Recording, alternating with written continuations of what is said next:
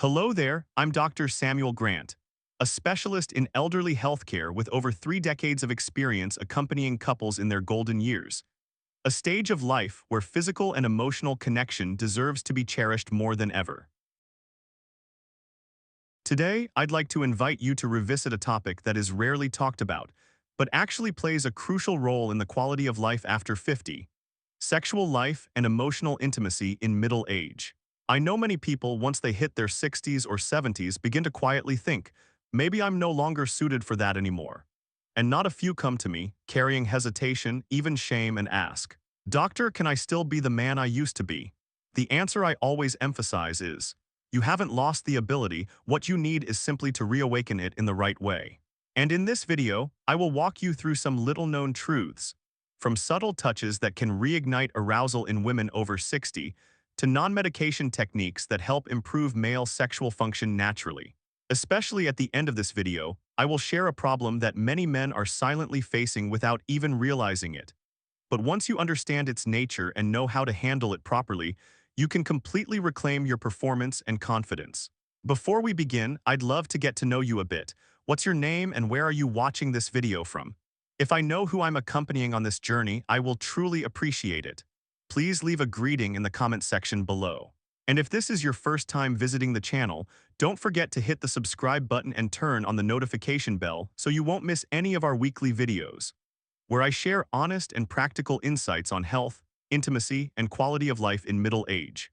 If you have any personal concerns about today's topic or any health-related issues, leave your question in the comments. I'll choose the most common ones to explore further in upcoming videos. Now let's step into the first section, where you'll encounter a scientific statistic that may completely change the way you view intimacy after age 70. Part 1. Sex after 70, is it time for a fairer perspective? There's a reality I encounter very often when counseling elderly patients. Many enter their twilight years with a question that seems simple, yet is deeply emotional. After 70, do I still need sex?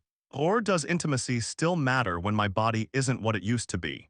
My answer is yes, not only is it needed, but it can also bring more value than you ever imagined. Not only based on my 30-plus years of clinical experience, but also on clear scientific evidence. A study published in the New England Journal of Medicine showed something surprising. Over 50% of men and about one-third of women over 70 still maintain an active sex life. In fact, for those between 50-60, that number is even higher. What does this mean? It means that desire doesn't retire with age. It simply changes its form of expression, and if you understand that, you'll know how to keep the bond between two people alive. I've seen many people, upon reaching middle age, quietly start doubting themselves. Am I still attractive? Does my partner still see value in me? But the truth is, physical changes are not the end. They are an invitation for both to step into a deeper, more complete kind of connection. Sex after 50 is no longer just instinct. It becomes a unique form of communication. A touch, a caring gesture, or just the right glance can often say, I still appreciate you, or I still see you as the love of my life. And in the next part, I'll walk you through the subtle inner changes happening in the body, especially in men, and explain why those changes shouldn't be seen as signs of decline, but rather as keys to reinventing yourself and your relationship. Dear viewer, if you're still watching this video up to this point, I'm truly glad that you care about your own well-being. Please leave the number 1 in the comments below to let me know you're still here with me. Part 2. When hormones change, your body is speaking. Are you listening? After the age of 50, one of the most common signs that many men begin to notice is the decline in testosterone, the hormone that once gave you a sense of vitality, decisiveness, and confidence in intimacy. This drop doesn't happen suddenly.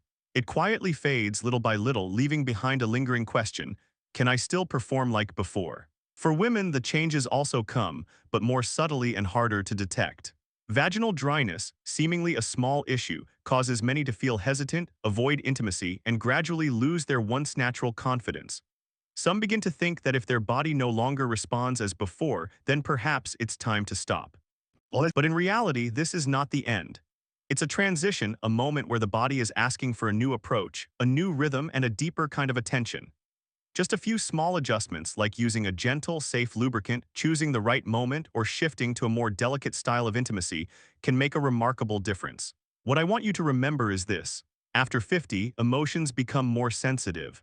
A timely touch, a soft gaze, or synchronized breathing, sometimes these are even more powerful than forceful actions. And that precisely is what makes intimacy in middle age more profound, more enduring. Right after this, I'll guide you through certain areas of the body that we often overlook, yet surprisingly, they carry the power to awaken intense emotions that you may have thought were long gone. Part 3: Awakening Emotion with the Right Touch in the Right Place. Have you ever tried placing your hand on your partner's lower back, or simply gliding your fingertips along their inner thighs? These patches of skin, which might seem ordinary, can become powerful points of connection, especially as age makes the senses more responsive than ever. I still vividly remember one small but meaningful moment. It was when I gently touched the lower back of my partner, a place neither of us had paid attention to before. His reaction took me by surprise. His eyes widened, his face filled with surprise, as if I had just awakened a long dormant feeling. At this age, intimacy no longer revolves around the old routines. Instead, when you step out of habit and dare to try a new approach, even just changing the placement of your hand, you open up a new emotional space for both of you. A gentle kiss on the belly, a tender caress along the inner thigh, no need for words. Just a well-timed gesture sends the message: I'm still here and I still want to connect. Actively exploring these forgotten zones doesn't just bring novelty, it reawakens deep layers of connection, emotions that both of you thought had faded with time. But no, as long as you allow them to resurface, they can return even stronger than before.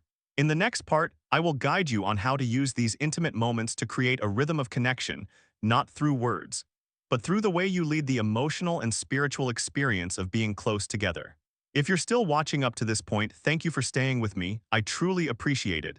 Leave the number 3 in the comments so I know I'm not speaking alone. Part 4. Mastering Emotion, the Art of Controlling the Climax. One of the biggest concerns for many gentlemen over 50 that I've encountered doesn't lie in overall health, but rather in this: they can no longer control the climax like they used to. This causes many to feel less confident, even avoid intimacy, despite still having a clear need for it. I want to state this clearly. Premature ejaculation is not a fault, and it's definitely not a reason for you to shut yourself off. According to statistics, 1 in 3 middle-aged men has experienced this condition, and most importantly, it can absolutely be improved if you apply the right methods. One of the techniques I often teach my patients is the pause and gentle squeeze method. When you feel that the climax is approaching, pause the movement and gently squeeze the tip of the penis for about 10 seconds. This helps ease the tension, gives your body time to regain control, and significantly prolongs the intimate moment. It might feel awkward at first, but based on the feedback from many people, just a few tries are enough to feel noticeable results. Alongside that, I also recommend that gentlemen practice pelvic floor exercises, commonly known as Kegels for men. By lightly contracting the muscles that control urination every day, even while driving, watching TV, or walking, you can strengthen your control and improve endurance during intimacy. This is a simple, discreet method that brings very noticeable results after just a few weeks of consistency. And the interesting thing is, there are solutions that seem merely supplementary, yet they can bring about fresher emotions and a stronger connection than you might think. And in the next part, I'll share one of them with you. Part 5: Sex Toys, Not Just Tools but Emotional Bridges. Have you ever felt awkward hearing the phrase sex toys? Many people think they're just for the younger generation or that they cross certain boundaries. Honestly, I used to think the same until I realized these are not just devices but means of rekindling connection. A 2019 survey showed that more than half of the women surveyed had used at least one type of sex toy.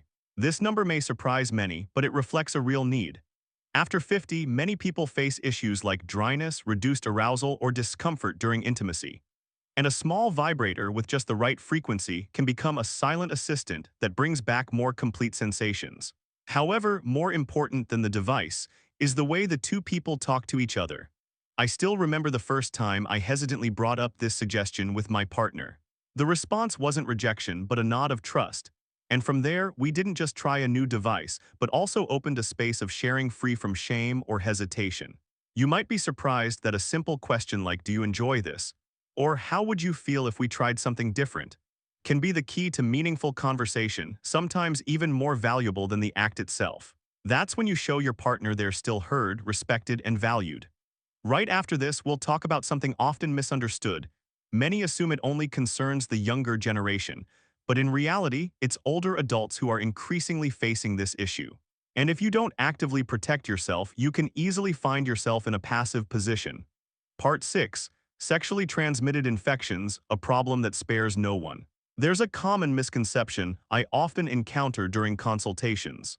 Many people believe that sexually transmitted infections are only an issue for the younger generation.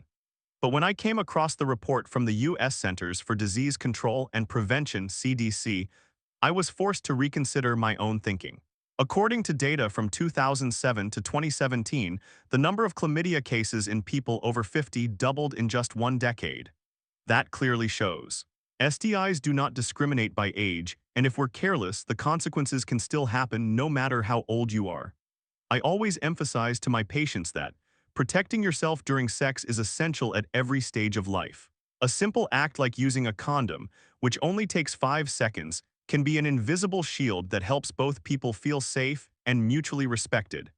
I still remember very clearly the first time I handed my husband a condom. He was a little surprised, then laughed, but finally nodded and said, "Better safe than sorry, you're right." Since then, we've made it part of our routine not out of suspicion, but because of understanding and responsibility. And sexual health doesn't stop at disease prevention. It also has to do with how you care for your overall physical well-being, from staying hydrated, eating healthily, to maintaining a balanced daily rhythm. There was a time when I neglected drinking enough water until I truly felt that. Just by keeping up a few glasses a day, I already felt more energized, even during intimate moments. In the next part, I'll suggest a few positions that are suitable for post-50 bodies. No need to be complicated or flexible, yet they allow both partners to connect deeply without worry about age or physical changes. Part 7. Suitable positions. Love doesn't need force, just the right approach. Have you ever asked yourself, now that my body isn't as flexible as before, is there still a way to stay close comfortably, gently, and meaningfully? Throughout many years of consultations, I've heard people share that what they truly need isn't special techniques, but comfort and a feeling of connection. A 2017 study published in the Archives of Sexual Behavior showed that most women still prefer the traditional position because it allows for consistent body contact, eye contact, and synchronized breathing. To me, that's a symbol of empathy and harmony, where love is felt in every breath, without the need to strain or try too hard. Another option that's very suitable for those with joint or back issues is the spooning position. When your partner wraps their arms around you from behind, you don't just feel protected, you're completely relaxed. I once had a patient share. I felt like I was newly married again, embraced, comforted, and no longer seeing age as a barrier. And if you're looking to try something a bit different, the standing position with light support from a wall or table edge can offer a refreshing experience. It may feel a little awkward at first, but once you find the right support, you'll notice how naturally coordinated the movement becomes. No matter the position, what matters most is how you feel. As long as you and your partner listen to your bodies and adjust accordingly, every intimate moment becomes another opportunity to love each other once more. My dear friend, if there's one thing I hope you take away from everything I've shared today, it's this. Age doesn't take away your ability to love, it simply invites you into a new chapter that's deeper and more refined. You can still be close, still connect, and still feel desired and loved. If you're willing to listen to your body, open up to your partner, and cherish the little things in every moment. If what I shared in this video resonated with you in any way, I invite you to subscribe to the channel and turn on the notification bell, so I can continue to accompany you in upcoming topics about health, emotions, and real quality of life after 50. I'm Dr. Samuel Grant. Thank you for listening and trusting. Wishing you good health, peace, and happiness on your journey to living fully every day. See you in the next video.